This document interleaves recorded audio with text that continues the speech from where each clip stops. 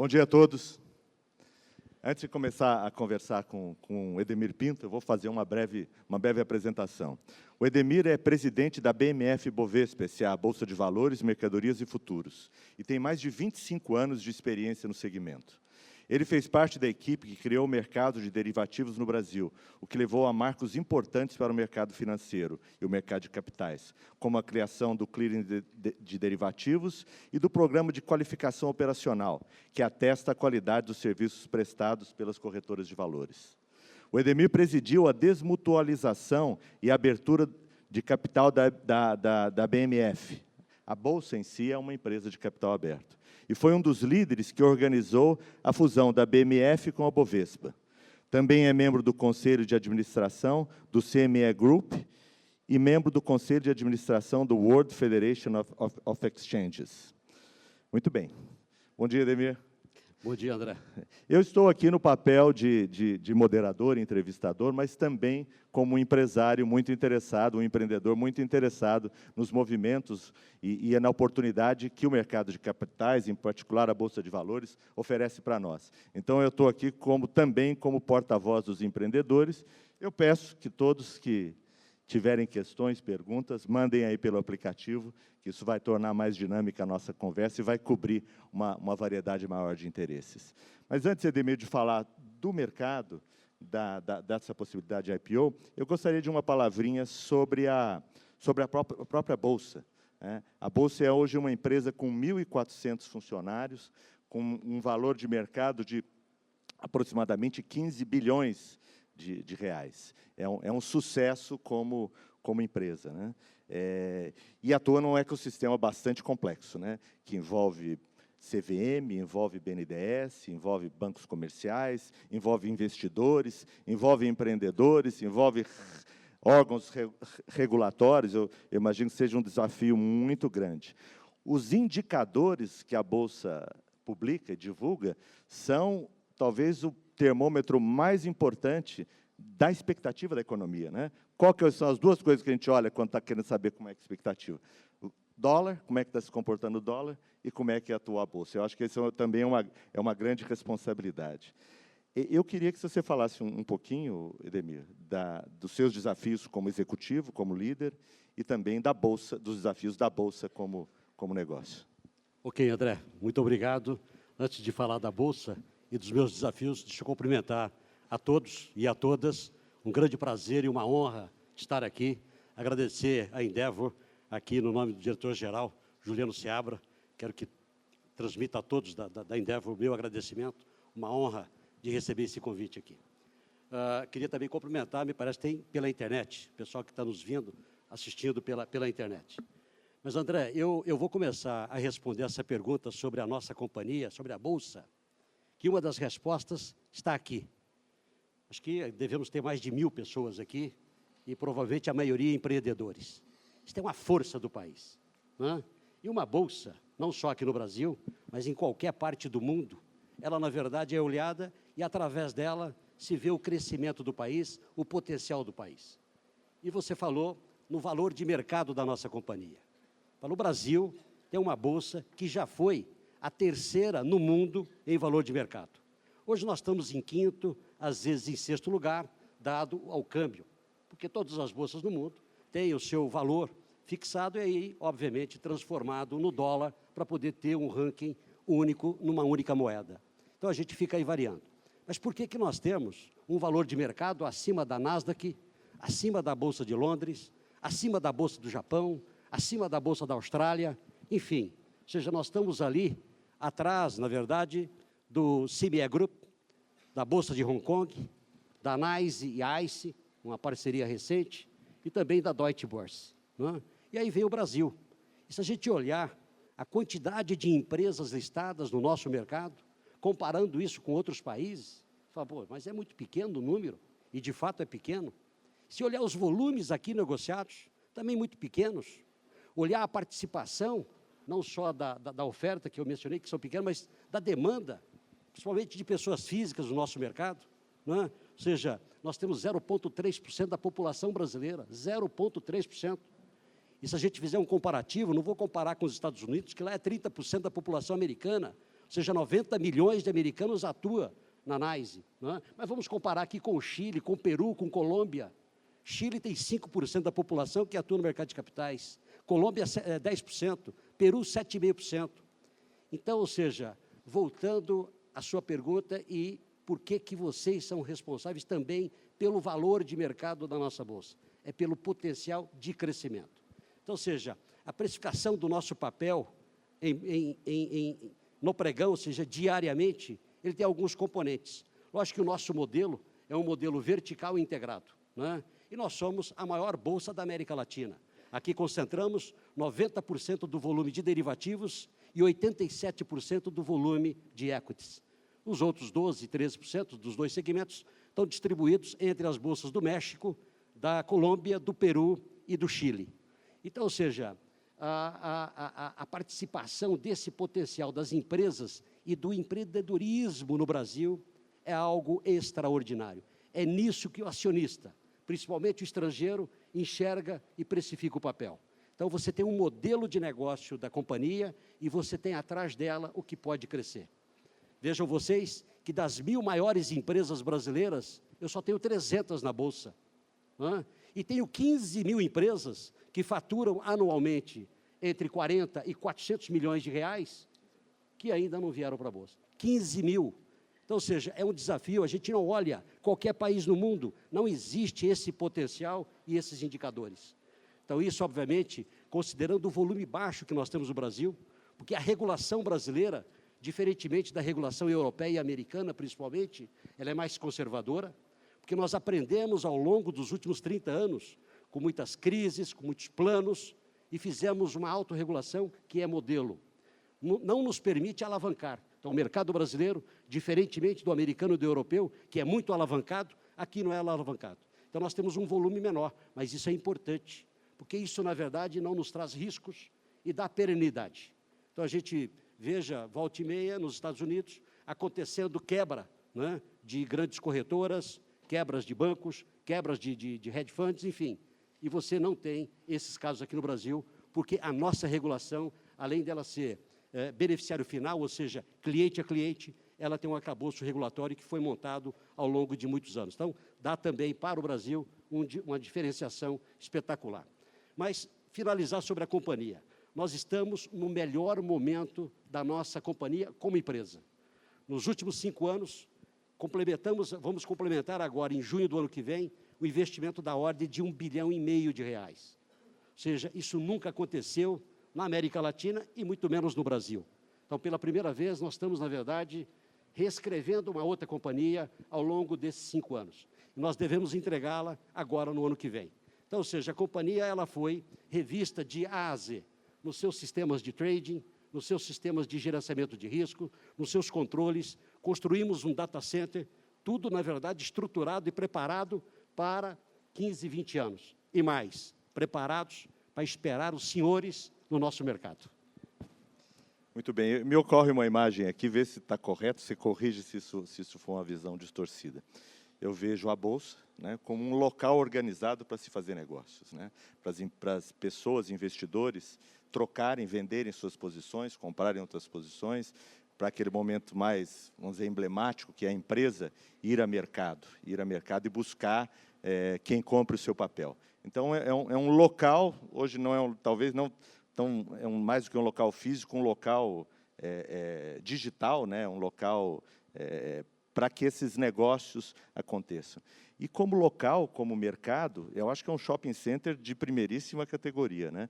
Com o que há de melhor em termos de organização, de recursos de TI. Eu recomendo, a Bolsa tem um tour muito bacana para se fazer lá, tanto na história da Bolsa, como no ambiente atual, onde se fazem os negócios. É um ambiente digital, me parece, muitíssimo avançado. É um shopping center muito bem organizado, que não trouxe muitos lojas, né, que seriam os vendedores dos seus negócios, ou mesmo compradores, né? Então, nós temos, acho que, um shopping center que claro, tem players importantes ali, mas poucos, né? Poucos, tanto do lado do investidor, quanto do lado de quem está vendendo a sua mercadoria. Confere? Confere, André, e eu vou explicar por quê. Ou seja, quais as razões que nós estamos exatamente nessa situação. E você disse bem, hoje o mundo, na verdade, acessa o mercado brasileiro, os 4 continentes.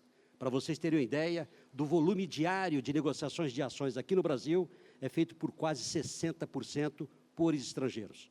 Isso dos 4 continentes. No passado, não muito distante, até 5 anos atrás, os estrangeiros eram localizados só do continente americano. Hoje não. É continente europeu, o asiático, o Oriente Médio. Então, ou seja, tem uma distribuição espetacular. E todos os grandes players globais atuam no mercado brasileiro. Não é? Como a gente já sabe que no passado, o empresário brasileiro, ou o empreendedor brasileiro que precisava se financiar na Bolsa, a saída dele era o aeroporto. Ou seja, ele tinha que pegar o avião e ir para Nova York. Não é? Isso não existe mais. Acabou. Não tem mais emissão de ADR. Por quê? Porque esse mercado de capitais, esse shopping center para ter as lojas, ele, na verdade, começou a se consolidar no Brasil a partir de 2002. O que a Bolsa, na verdade, fez em 2002, que mudou o mercado brasileiro, e nós temos hoje 130 empresas listadas no novo mercado, que é o nosso segmento de listagem das mais altas regras de governança corporativa. Em 2002, nós não tínhamos regras de governança aqui no Brasil. Então, os investidores, os locais e os estrangeiros, olhavam o mercado brasileiro com alguma restrição. Então, ou seja, os movimentos eram mais de especulação do que, obviamente, movimentos de hedge e de investimentos de médio e longo prazo. A Bolsa, diferentemente da maioria dos países, não é? Ela fez um acordo com as empresas e estabeleceu um novo mercado. E o novo mercado são as regras de governança corporativa no mais alto padrão. Nos outros países, isso é instituído por lei federal. Aqui no Brasil, a Bolsa chamou as empresas que estavam listadas lá e mostrou a elas o valor agregado que seria de desenvolver um contrato com regras de governança. E assim foi feito. Isso foi lançado em 2002, nós levamos perto de 3 anos para começar a decolar esse mercado. A partir do 4º ano, esse mercado começou a decolar. Não é? Tanto que, de 2004, até agora, nos últimos 10 anos, né, perto de 160 empresas abriram capital na Bolsa e nós financiamos 300 bilhões de reais nessa quantidade de abertura de capital. Então, ou seja, o mercado de capitais brasileiro se consolidou recentemente, não tem 10 anos de vida. Então, o shopping center, com certeza, ele vai crescer e vai ser habitado logo, logo. Uma informação adicional que o Ademir nos deu aqui agora é que 60% desses visitantes do shopping center são gringos, tá certo? Então, é um shopping center ao que os brasileiros mesmo estão indo em número muito menor do que é o histórico em outros países, em outras localidades. Ademir, uma palavrinha agora sobre as pequenas e médias empresas, como é que elas podem enxergar o acesso a capital via Bolsa, via mercado de capitais. Recentemente, houveram algumas medidas, né? Eu gostaria que você falasse um pouquinho sobre esse processo, mas envolvendo a própria Bolsa, CVM, o governo federal, né, com isenção de impostos, a Bolsa facilitando, reduzindo custos, a CVM revendo algumas regulamentações, o próprio BNDES aportando recursos para isso aí, que, com a ideia de criar um ambiente mais favorável para a pequena e média empresa. 2 coisas. Como é que você vê essas medidas? Eu gostaria que você explorasse um pouquinho mais isso. E se é suficiente? E se não for, o que é que falta? Tá certo. André, como eu disse, a gente olhando e comparando a nossa Bolsa, o nosso mercado de capitais, com os outros, a gente ainda está muito distante de quantidade de empresas listadas, ou seja, a oferta está muito pequena. Muito bem. O novo mercado, como eu disse, tem 10 anos, ele por si só, ele já é vamos dizer, o primeiro vagão para poder trazer as outras 700 maiores empresas brasileiras que estão aí fora da Bolsa, para dentro da Bolsa. É questão de tempo, é questão de janela, não é? Janela de oportunidade. Nós temos hoje, pelo menos represadas numa contabilidade interna da Bolsa, perto de 60 empresas, represadas, esperando uma janela de oportunidade para vir para o mercado. E para vir para um novo mercado, ou seja, operações acima de 400, 500 milhões de reais. Então, ou seja, uma janela de oportunidades, a gente vai ver esse mercado deslanchar. Mas, olhando também a nossa Bolsa e comparando com as outras bolsas, a gente olhava e não tinha um mercado de acesso. Ou seja, o nosso Bovespa+, que é um mercado de acesso, porque ele, diferentemente do novo mercado, a gente chama ele até como o primo rico do novo mercado, porque ele dá, na verdade, um pouco mais de prazo, né, e de flexibilidade para a empresa se estruturar na sua governança corporativa para poder, obviamente, no estágio mais à frente, ele se listar no novo mercado. E a gente via que o novo mercado, o Bovespa+, ele não crescia, e a gente olhando os outros países, nós precisamos fazer algo. E aí nós fizemos um convite ao governo brasileiro, à CVM, ao BNDES, ao Ministério da Fazenda, à BDI e à FINEP. A Bolsa patrocinou isso, e em meados de 2012, nós visitamos 5 países. Escolhemos 5 países que eram os países que mais se destacavam com pequenas e médias empresas. E fomos com esse grupo visitar os 5 países, entrevistando os investidores, entrevistando os corretores, os bancos de investimento, as empresas de auditoria, escritórios de advocacia, reguladores, a própria Bolsa, para poder fazer um diagnóstico. O que acontecia nesses países e trazer isso para o Brasil. Muito bem, voltamos ao Brasil com um diagnóstico desses 5 países. E aí, junto com esses órgãos de governo, chamamos o mercado. Convidamos perto de 22 membros do mercado, que sempre também estão aí buscando desenvolver esse mercado cada vez mais, e montamos um grupo técnico. A partir daí, começamos, então, a elaborar o que seria o projeto do mercado de acesso para o mercado brasileiro. Muito bem, isso demorou de meados de 2012 e foi até meados de 2013. Ao final de um ano, nós entregamos um projeto ao governo. Esse projeto, ele reúne 12 medidas. A grande maioria das medidas são para a CVM. Tinham 5 medidas para a CVM. A CVM já, na verdade, ela publicou 4 dessas 5 medidas. Ou seja, medidas no sentido de criar fundos exclusivos para comprador de papel de pequenas e médias empresas, não é? Criar um prospecto, não é, simplificado, não é? Ou seja, para que tenha, na verdade, um processo mais acelerado para que essa empresa possa entrar no mercado. Enfim, são todas as medidas na linha de facilitar e permitir uma simplificação e com menor custo para essa empresa chegar no mercado. O BNDES tinha uma medida, e ele já publicou a medida. O BNDES ele reservou R$1 bilhão, ele já nomeou 2 gestores, que é a Brasil Plural e a Leblon, para poder participar de todas as ofertas de pequenas e médias empresas até 20% do tamanho da oferta. Eu estou de olho nesse 1 bilhão, hein? Os outros sempre não vão brigar por isso aí, hein? Então, ou seja, o BNDES já cumpriu a parte dele. Do lado da Bolsa, a Bolsa também tinha uma série de medidas para ela. Nós já também cumprimos todas. E uma grande medida da Bolsa é a parte educacional. Fazer um trabalho, e fizemos esse desenho, a Endeavor também nos ajudou nisso, junto com a BDI, junto com a FINEP, tem todo um trabalho para conscientização do empresário. Porque é muito importante, quando se vem para a Bolsa, se venha com muita consciência. Não é? A Bolsa até que não tenha pressa, ou seja, vir sem consciência é pior para a Bolsa. É melhor que venha, leva-se mais tempo, mas venha de forma consciente para o mercado, para poder buscar, na verdade, uma outra fase, que é uma nova vida da companhia após essa abertura de pregão. Muito bem. A última medida é uma medida do Ministério da Fazenda, que é um incentivo fiscal. E que medida é essa? É a isenção do imposto de renda para os investidores que adquirirem o papel da pequena e média empresa. Então, ou seja, quando o Ministério da Fazenda nos autorizou isso, aí ele estabeleceu algumas condições. Primeiro, tem que ser uma empresa que venha para o mercado só com ações ON.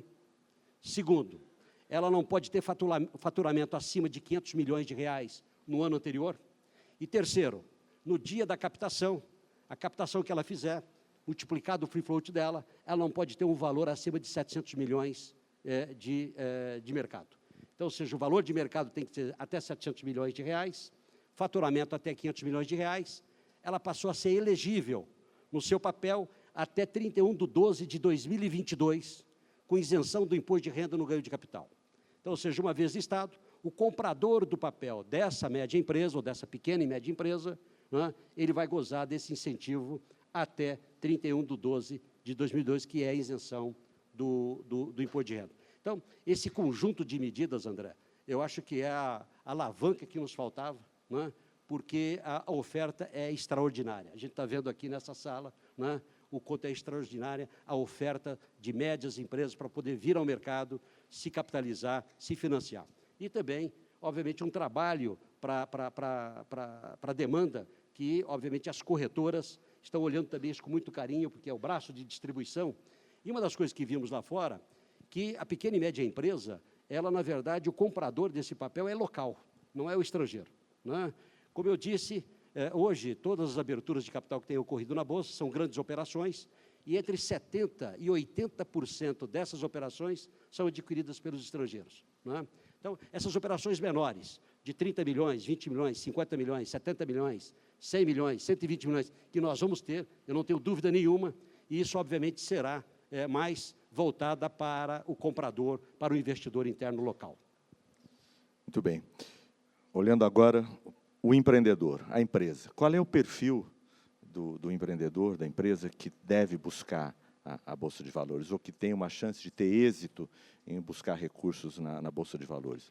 Aí eu estou falando em termos de, aliás, qual é a visão do empreendedor, qual é a resposta, qual é a compensação que ele vai ter por abrir mão de parte do seu controle, né?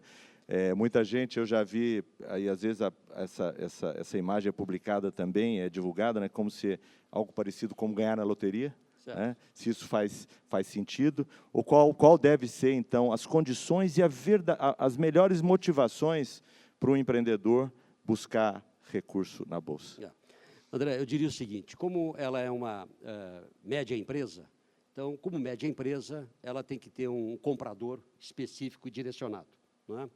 E, obviamente, esse comprador de uma média empresa, ele, obviamente, não pode ter a expectativa de resultado e de dividendos imediato, tá certo ou não? Porque é ainda uma empresa que está em desenvolvimento, em expansão, e ela vai ao mercado, ela vem à Bolsa, justamente para poder fazer mais capital, para poder consolidar o seu setor, para poder crescer, não é? Então, eu acho que tem uma variável que ela é fundamental aos olhos de todo comprador de papel de empresas, em particular daquelas pequenas e médias e do empreendedor, que é o negócio de potencial crescimento. Então, se você tem um negócio onde você tem, de fato, indicadores que possa mostrar o teu potencial crescimento, isso, por si só, ele vai te dar realmente uma vantagem muito grande, porque o comprador de papéis de pequena e média empresa, como nós vimos nos países todos que visitamos, em 85% deles são pessoas físicas, e pessoas físicas que estão investindo no médio e no longo prazo, né? Então, ou seja, e eles vão analisar exatamente isso, é o potencial de crescimento, porque, obviamente, esse é um negócio que ele tem uma alavancagem de crescer muito mais do que uma companhia que já vem para o mercado e já tem seus 10, 15, 20, 30 anos de atividade, já tem um modelo de negócio amadurecido, né? Então, ou seja, ela pode crescer, mas de que forma? Comprando, consolidando o segmento. Mas o empreendedor não, ele ainda tem a vida toda para poder crescer. Então, o potencial crescimento é um fator de destaque. É uma lógica diferente, então, das grandes empresas. Exatamente. Nós estamos falando aqui, porque muda a liquidez também do papel, né? O investidor tem que ter uma perspectiva diferente, uma ideia diferente. Exatamente. Né? Como é que fica a vida do empreendedor depois que ele é o controlador, o acionista de uma empresa aberta, se mantendo ainda como gestor? O que é que muda? Muda tudo, André. Muda tudo, né? E eu diria, eu também vivi um pouco isso. Lógico que era funcionário da Bolsa, mas como o principal executivo da Bolsa, eu vivi isso. A gente virou a chave. A gente deixou de ser uma empresa mutualizada para se tornar uma companhia aberta. Muda completamente, mas eu diria que muda para melhor, né? É só você imaginar que você vai ter sócios, né? E você pode ter milhões de sócios. E os sócios não vão estar no teu negócio, junto com você. Ao contrário, eles querem que você continue lá, porque foi você, na verdade, que construiu aquilo lá e você desenvolveu ali um potencial de crescimento que ele quer que você continue para buscar esse crescimento futuro. Mas ele vai te cobrar em informações. Então, ou seja, a governança ela tem que estar bem estudada, bem preparada. Então, ou seja, o dono de um negócio, ele tem que pensar exatamente nessa situação de ter uma estrutura de governança muito adequada para poder atender esta demanda por informação. E aí o segredo é a transparência. As empresas que hoje têm, na verdade, as melhores regras de governança corporativa, se você olhar ao longo dos anos, colocar no índice, eles estão com um valor agregado acima das outras empresas. Então, muda muito, mas é uma mudança que, pelo desconhecimento, às vezes coloca medo ou receio. Mas, por isso que é importante estar próximo, bem assessorado, né? Não só com escritórios de contabilidade, com os escritórios de advocacia, com as empresas de auditoria, com os bancos de investimento, mas também procure a Bolsa, ou seja, para que a gente possa também dar todas as informações e, junto com ele, dar uma consciência total e absoluta daquele terreno que ele não conhece e que ele vai enfrentar. Mas, hoje, ele tem medo porque ele desconhece. Na medida que ele conhecer, esse medo ele vai água abaixo. Temos aqui, está terminando o nosso tempo, infelizmente, né? Mas nós temos aqui uma pergunta sobre a perspectiva de IPOs para 2015, e aí eu gostaria que você mencionasse, explicasse o que significa essa questão de janelas, né? O que eu tenho com isso, com esse negócio de janela? Por que isso pode influenciar? Não sei se é uma coisa boa, uma coisa ruim, mas sempre me soa muito estranho, porque a minha necessidade não tem nada a ver com janela nenhuma, né? Eu tenho o meu plano de crescimento e desenvolvimento que está ligado aos meus planos. Isso está ligado a esse perfil de ser um investidor estrangeiro, talvez? Vamos começar pela janela, então. A janela de oportunidade, principalmente para as grandes operações, é exatamente o que está acontecendo hoje. Como eu disse, nós temos contabilizados lá 60 empresas represadas na Bolsa para vir a mercado. E estão esperando a janela. Que janela é essa? Porque o comprador desse papel é o investidor estrangeiro. E o investidor estrangeiro, para ele poder comprar uma empresa em outro país, ele precisa ter confiança, né, naquela economia, naquelas diretrizes, enfim. Nós vivemos agora o processo de eleição presidencial, né? Então, acho que era um desafio, isso travou muito os IPOs durante o ano de 2014, né, com o destravamento, né, das eleições, ou seja, agora tem aí um novo governo que assume a partir de 1º de janeiro, e, obviamente, que há uma expectativa, não só aqui dentro, mas também do mercado internacional em relação às diretrizes desse novo governo. Então, eles vão querer conhecer a curto, a médio e a longo prazo quais são as diretrizes e, principalmente, quem é a equipe que vai, na verdade, dirigir este país. Então, isso transmite confiança e, através dessa confiança, ele vem ao Brasil. Porque o Brasil é um dos poucos países que paga, na verdade, um prêmio dos seus ativos entre 15% a 20%. Né? Então, seja comprador para os ativos brasileiros, tem fila.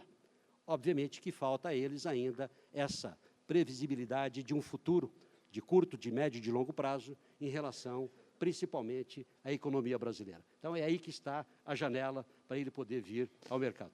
Mas a outra pergunta era... Desculpa. Vieram muitas perguntas aqui, mas nosso okay. tempo acabou. Eu gostaria só de fechar o assunto aqui, fechar esse painel, Edemir, você dizendo, muitos outros executivos, empreendedores aqui falaram da sua responsabilidade para além da gestão do próprio negócio. Uma última palavra de você sobre isso aqui, como é que você vê esse assunto, como é que você se coloca nesse tema? Eu acho que isso é bem colocado. Eu acho que nós, e aqui provavelmente tem muitos CEOs, né? Eu acho que nós temos que, de fato, ir além. Nós não podemos simplesmente cumprir o que está na cartilha, né? Eu acho que isso, cumprir o que está na cartilha, qualquer um vai lá e cumpre, está escrito e tal, né? Então, eu acho que isso tem um pouco também do viés do empreendedor. Ele sempre quer mais, né? Então, eu acho que os CEOs das companhias têm que querer mais, né?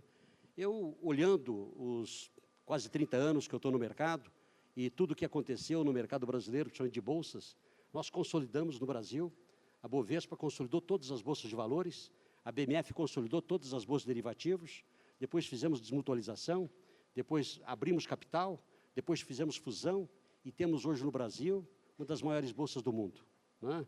Então, ou seja, com regras, com arcabouço regulatório, que é modelo para muitos países. Então, ou seja, eu diria que esse ir além é construir, colocar um tijolo, né, a mais do que aquilo que o mercado pede. E eu acho que, principalmente, em 2 segmentos, eu acho que nós, da Bolsa, lá, colocamos esses tijolos a mais. O primeiro é em criar no Brasil um ambiente de central contraparte. O que é central contraparte? Isso, poucos provavelmente conhecem bem essa linguagem. É clearing, é ser, na verdade, a contraparte de risco do mercado. É você ter aquilo, André, que você disse no início, um ambiente completamente organizado. Um ambiente, na verdade, que ele não só regula, mas que ele organiza e que faz o enforcement, que faz a supervisão e a fiscalização, e pune. Não é? Então, isso hoje nós temos no Brasil, diferentemente do que nós tínhamos há 15, 20, 30 anos atrás. Então, o modelo de clearing avançou, que hoje nós somos modelo para o mundo. Nós temos um sistema de risco no mercado brasileiro que é inédito em bolsa. É um sistema de risco que olha o portfólio do cliente individualmente, de tudo aquilo que ele tem em operações de balcão e tudo aquilo que ele tem em operações em bolsa. Então, ou seja, sistema de risco e clearing. E o segundo que eu diria é estar criando, na verdade, um mercado de acesso para as pequenas e médias empresas. Né? Esse também é um grande desafio. Nós não tínhamos no Brasil e nós, de junho de 2012, tomamos essa decisão e eu, assim, estou radiante de poder entregar esse projeto e a gente, com certeza, com o potencial que nós temos, é ver ao ano, pelo menos 100 IPOs de pequenas e médias empresas. Desejo muito sucesso para você e muito obrigado pelas muito palavras. obrigado. Obrigado a todos.